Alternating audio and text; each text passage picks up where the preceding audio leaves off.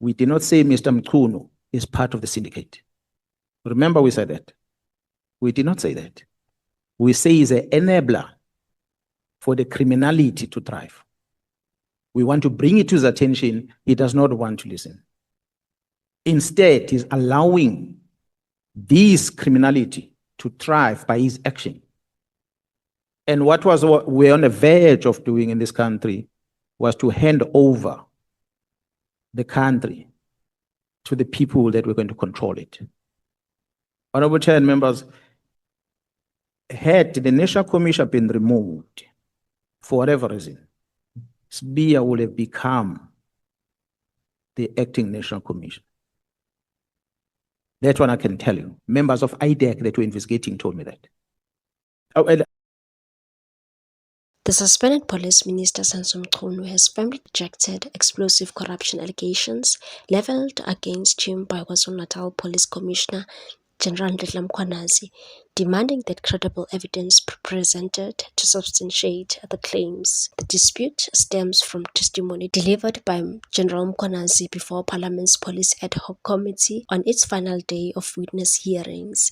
During his appearance, the provincial commissioner alleged that Mchunu had been captured by criminal cartels, suggesting this influence led to the controversial disbandment of the Political Killings Task Team. According to Mkhwanazi, the minister personally authored the disbandment letter and said he does not dispute ownership of the letter, adding that Mchunu claimed to have drafted it independently on his iPad. In a strongly worded statement, Mchunu dismissed the accusations as baseless and damaging and said, "I'm not part of any criminal syndicate of any kind. On the contrary, I'm among those committed to fighting corruption in this country, and my record in government reflects that." Mchunu further criticized what he described as shifting allegations from Mkhwanazi, noting that the commissioner had previously accused him of negligence, later labeled him corrupt, and most recently described him as an enabler for criminality to thrive. He also took issue with Mkhwanazi's dual role in the matter and said he positions himself as complainant, investigator and prosecutor while simultaneously making prejudicial statements about my alleged guilt. These assertions are made without any evidence being placed on record, despite undertakings to do so.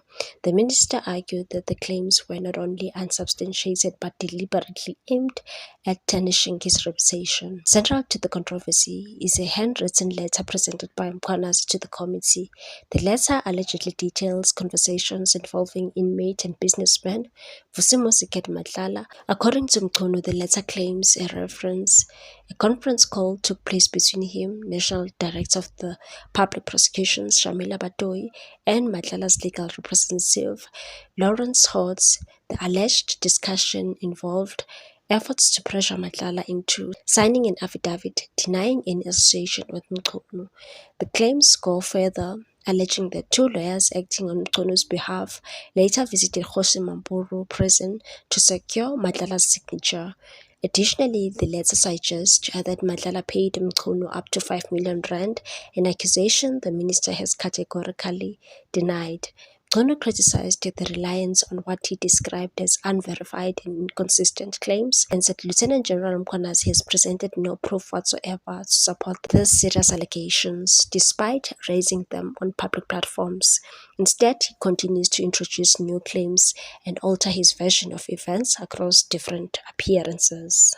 As tensions escalate between the two senior figures, the standoff underscores deepening fractures within South Africa's law enforcement leadership, raising fresh questions about accountability, credibility, and the integrity of ongoing investigations. Meanwhile, President Cyril Ramaphosa has written an affidavit to the ad hoc committee, distancing himself from the suspended minister's decision to disband the KZN Political Killing Task Team. Ramaphosa has told the members of Parliament that he was opposed to Mchunu's decision to shut down the PKTT and that I did not approve. Mchunu's spokesperson Sthembiso Mshengu said the suspended police minister has no comment to make at this stage. A comprehensive media statement on both the work of the ad hoc committee and the Matlanga Commission of Inquiry will be issued in due course.